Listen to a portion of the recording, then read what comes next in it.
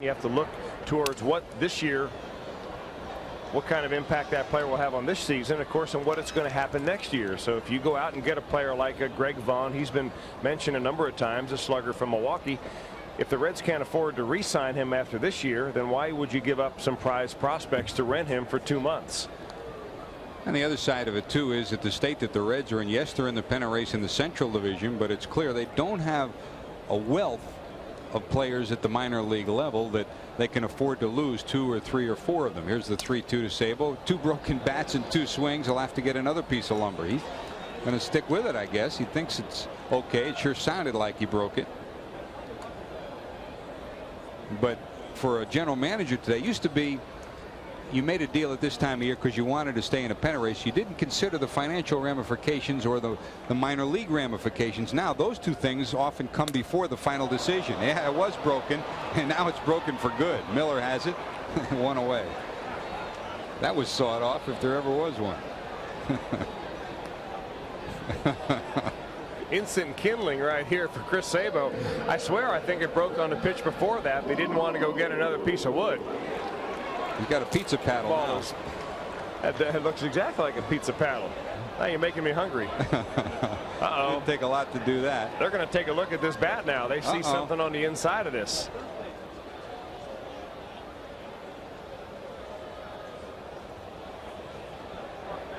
How about that? That's a stream of cork running right up and down to Chris Sabo's bat. They're going to go in and they're going to eject him from the ball game. Or that could, well, let's see. Ooh. Oh, that's bored out in court. No doubt about that. There's a board in the middle of that. How about that?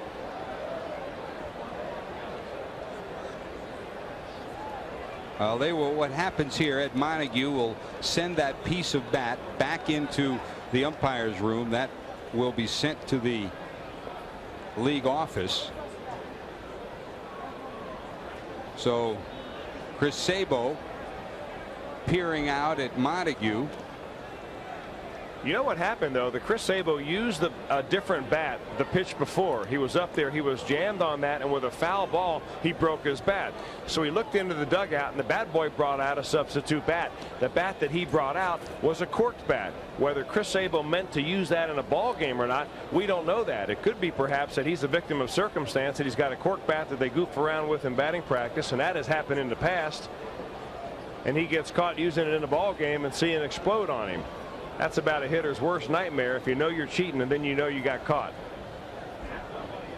Again, he did break his bat, and I tell you one thing, Chris, you would figure if the bat was deliberately corked and he knew it was corked and he thought it was broken the time before, he wouldn't even take a chance. He'd get rid of it rather than see it splinter open. Yeah, I can't see him intentionally going out there using a cork bat, especially after the bat boy brought that one out there. Look at Montague is out in the infield now picking up pieces of cork. Tom Hallion gobbling some up. All those wine bottles. Wonder what vintage it was. Wally Bell will take the rest of it. Here's another look. Watch this ball. Just look at the little pieces of cork coming out of that bat. That is classic.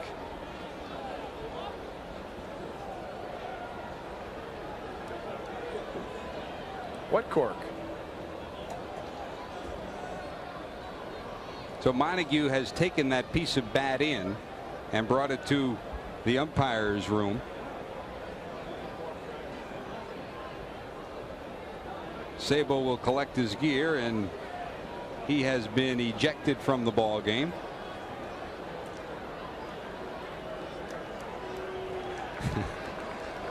The way he looked at somebody on the bench and said, "I used your bat and you got me in trouble." It wouldn't be so bad, but they have his name imprinted on those things.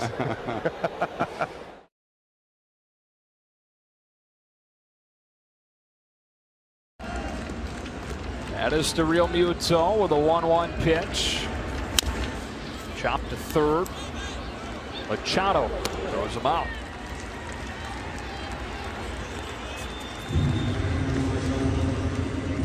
Christian Yelich comes up. Talking with Dan Jennings about him prior to the game today. He said, look, this is the first adversity this kid has ever faced as a player. Skyrocketed through the minors after dominating as a high school player. Early draft pick. Had a good season last year as a rookie. But hitting just 178 coming into this one. Dan Jennings out there asking Jordan Baker to go down and talk with the crew chief Paul Emmel about something. Oh boy. Is he calling out his substance on Brian Mattis's arm? Like we saw Will Smith thrown out for a couple of days ago in Milwaukee. Like we saw Michael Pineda suspended for last year in New York. Buck Showalter comes to see.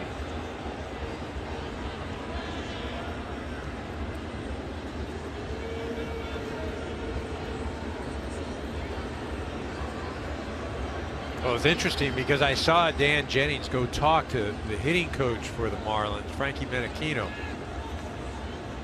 They had obviously seen something out on the mound. I think the discussion was more or less, should we say something?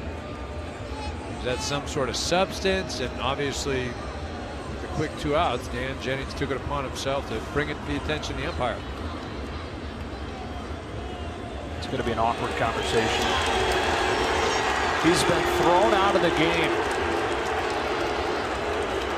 Brian Mattis becomes the second big league pitcher this week to get thrown out of a game for a foreign substance on his arm. Mattis thrown out in a scoreless game in the 12th.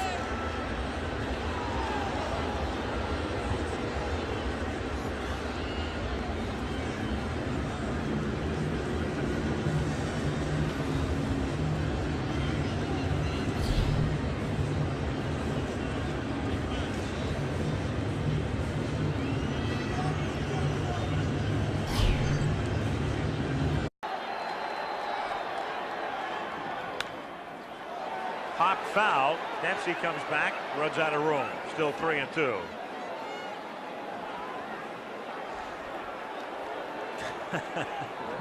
Dempsey. Tight, tense ball game, but somebody said something that tickled him.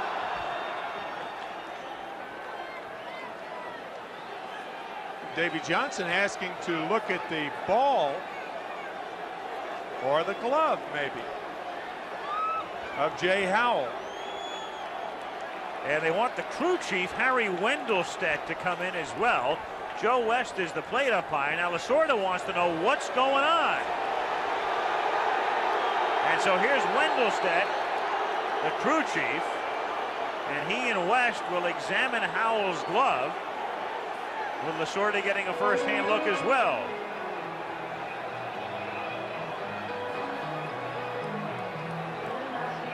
Well, the other night we were talking about when Alejandro Pena came in, and it did look like to be some foreign substance on the back of his glove. Maybe they're a little bit confused, or maybe he picked up Pena's glove from the bullpen. I doubt if that happened, though. Now they're looking at the inside of the glove. You notice Dempsey had his hand in there, and Joe West kind of slapped it out of the way. And this comes with a count 3 balls and 2 strikes. It's like a Norman Rockwell painting. Yeah. Of course, you know, as an umpire, you have to, number one, make a decision. That threw him out of the ballgame. Yeah, look at this. Can you believe this? But obviously, they've got the evidence, because that's only a very mild protest from Tommy Lasorda. But also, look at this. Bart Giamatti, the National League president. Now Wendelstedt is going to take the glove over to Giamatti. And that's Ed Vargo behind Giamatti, who's the supervisor of umpires. Lee Mazzilli comes over for a first-hand look. well, to be quite honest, Al, former National League president Chubb Feeney there as well. Not one pitch did anything that would make you believe that it had a foreign substance on it.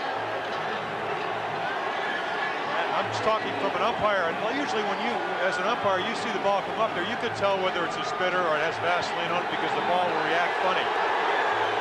I wonder if Davey Johnson had any knowledge beforehand.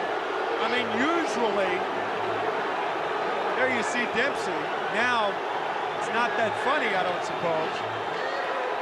But, I mean, Davy Johnson, I would think, would have to have knowledge beforehand before going out there to check it.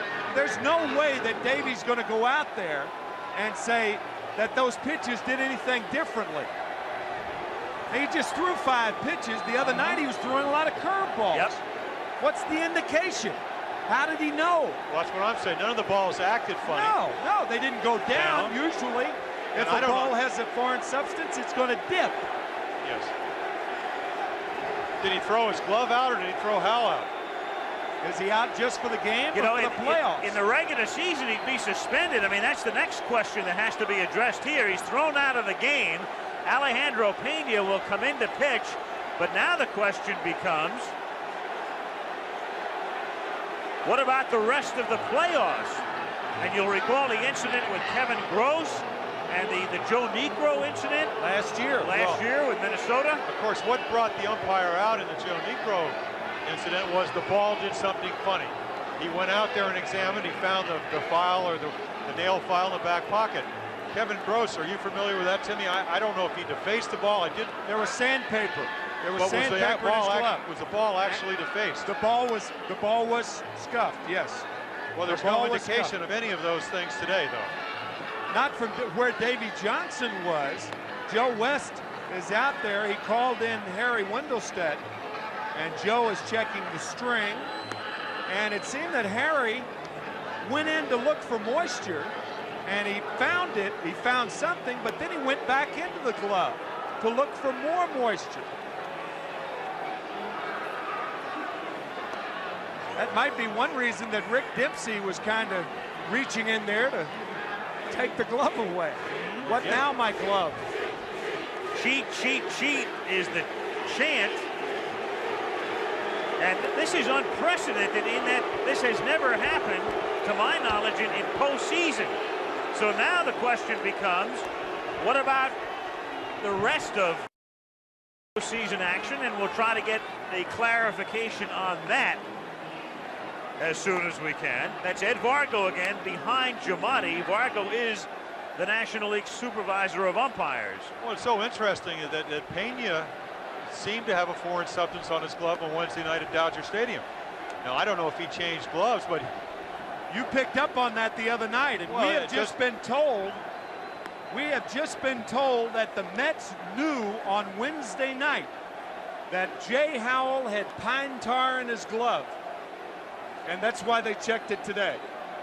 They obviously have not told anybody, and we just found that out, that the Mets knew on Wednesday night that Jay Howell had pine tar in his glove. And it's a very interesting thing, too. Johnson let the inning start. Howell went 3-0, so he wasn't going to say anything. It went to 3-1, so the count was still in McReynolds' favor, and then when it got to 3-2 is when Davey came out.